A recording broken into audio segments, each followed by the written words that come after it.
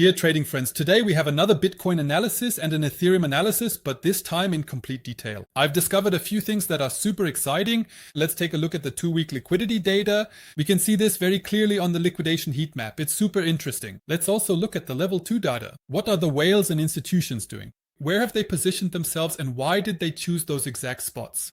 I've found some correlations here that I want to share with you because right now I'm also in a phase where I'm thinking, what if we actually start to rise now? Could that maybe happen? And am I missing out on something because I haven't bought enough? But then I have to zoom out a bit again and take a detailed look at all the data. Of course, I could also be wrong, and maybe this was already it. Above all, we can see that recently the US seems to be preparing to carry out an attack. New news is coming in every hour, and Dash currently doesn't look so good. In the last video, I said that the whales, the people with over 10,000 Bitcoins in their portfolio, are still selling off. So I don't think if they're selling off at such low prices that we've already hit a bottom here. For me, it would of course be ideal if we were already seeing new purchases here, and that's something I want to pay attention to. We also see that the ETFs are still just continuing to sell off day after day. So not such good signs. If we put all of this together, and I'll show you now using chart analysis, the liquidation data that we'll go through, but especially the institutions in Bitcoin and Ethereum. We'll start now with Bitcoin because I also want to show you the positions I currently have open.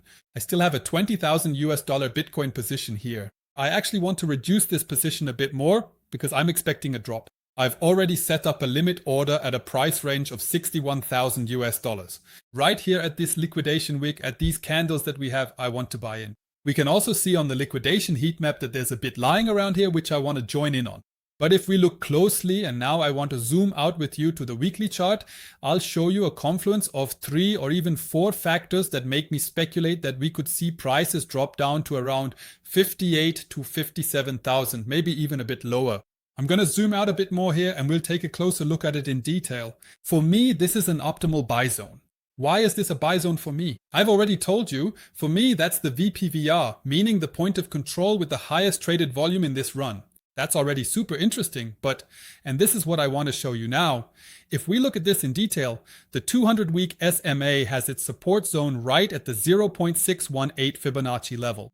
An extremely strong support zone that we can find here, but we will also go through the liquidations on higher time frames. I told you, in this case, I got the premium subscription at Coinglass, and now we can look back 2 years, which is why I could even suspect that we might get another wick down.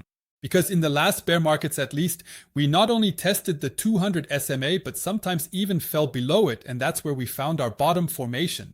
And if we look at this now, in this area here, around 57,979, this price range, the lower level of this consolidation, we can see in the whale orders that institutions have once again placed orders here following a certain pattern. This starts here at 58,000 and goes down to just under $56,000. If we take a closer look and examine the orders within this range, take a good look at that. This is the pattern I'm talking about. Similar order sizes, all placed at the same time, and this is a pattern we definitely shouldn't ignore. Accordingly, I'll be placing my next Bitcoins here as well, even if we should drop further. Many people assume that we'll reach $40,000. That's possible, but what if it doesn't happen? And I'm just waiting for $40,000 to enter my positions to buy. And I think that this price range here will be a good average purchase price despite everything. And precisely because we have the 0.618 Fibonacci here, because we see that institutions have positioned themselves with a few $100 million at the current time. That could increase, but it could also disappear again. But despite everything, I see a massively good alignment here, which for me means that the next move, should it perhaps happen here as well, with an attack, could bring a new drawdown into these price zones. Because if we just look at the chart, of course we can analyze and say, oh, hey, it could go up to here, but where would the stop be? And if we don't use level 2 data as well as the liquidation heat map, we simply have no insight into where a possible local bottom could be. At this point in time, I would actually be cautious. As I mentioned earlier, so if we look at the daily chart, that's a 2-week range. So this exact area here is now the 2 weeks that we see here in the liquidation heat map. Personally, I would be extremely cautious because an incredible number of people have gone long, but at the same time, an incredible number of people have also gone short. This could lead to a roller coaster, liquidating everything both up and down. Above all, I rather think that if there is an attack, maybe we rise, liquidate everything on the way up, and then afterwards we catch all the liquidations below. And then we already see the next level down here at around 55,000 US dollars, where the next larger cluster appears. I'm only talking on a 2-week basis now. So people have hedged themselves here, and that would even be slightly below the price range where the institutions are currently positioned. And especially if we go further in, and I told you this premium subscription for 2 years, we could really go even further down here. I've mentioned this to you before, but the first point is right here at 58,000 to 57,000 US dollars. After that, we have the 55 to 53,000 US dollar range here. And in the worst case, actually 50 to 46,000 US dollars. And of course, we should also include these price ranges because the lower price range from 50 to 46,000 US dollars would be roughly in this area here.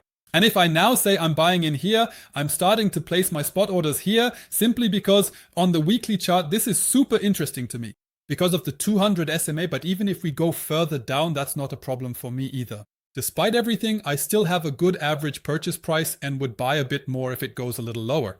But at this point in time, based on the liquidation data from the past 2 years, that would be my worst case scenario as I see it right now, because unfortunately, we don't have any further insight further down.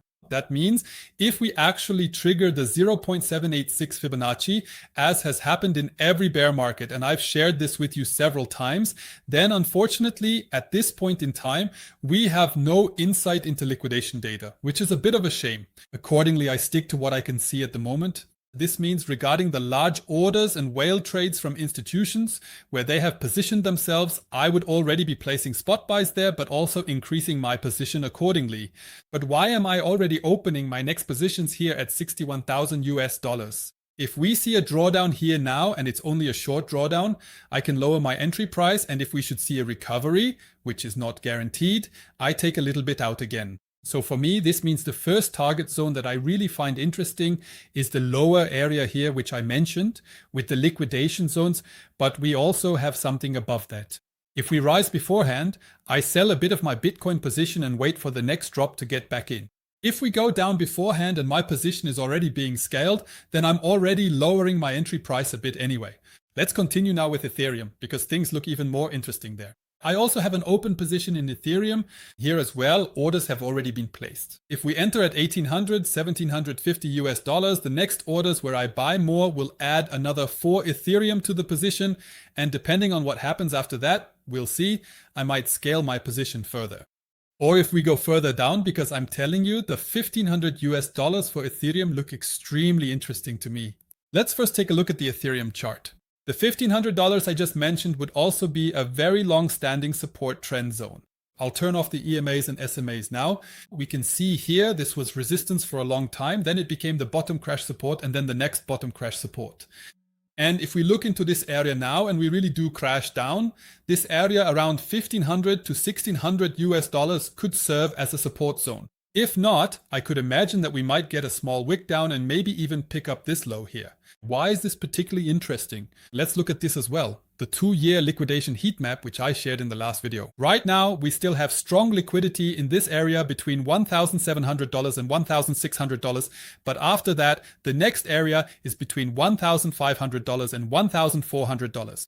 And there is a massive amount of liquidity lying around there, which could suggest that if we experience another sell-off, perhaps due to the attack or another situation in the world, we might revisit these price ranges.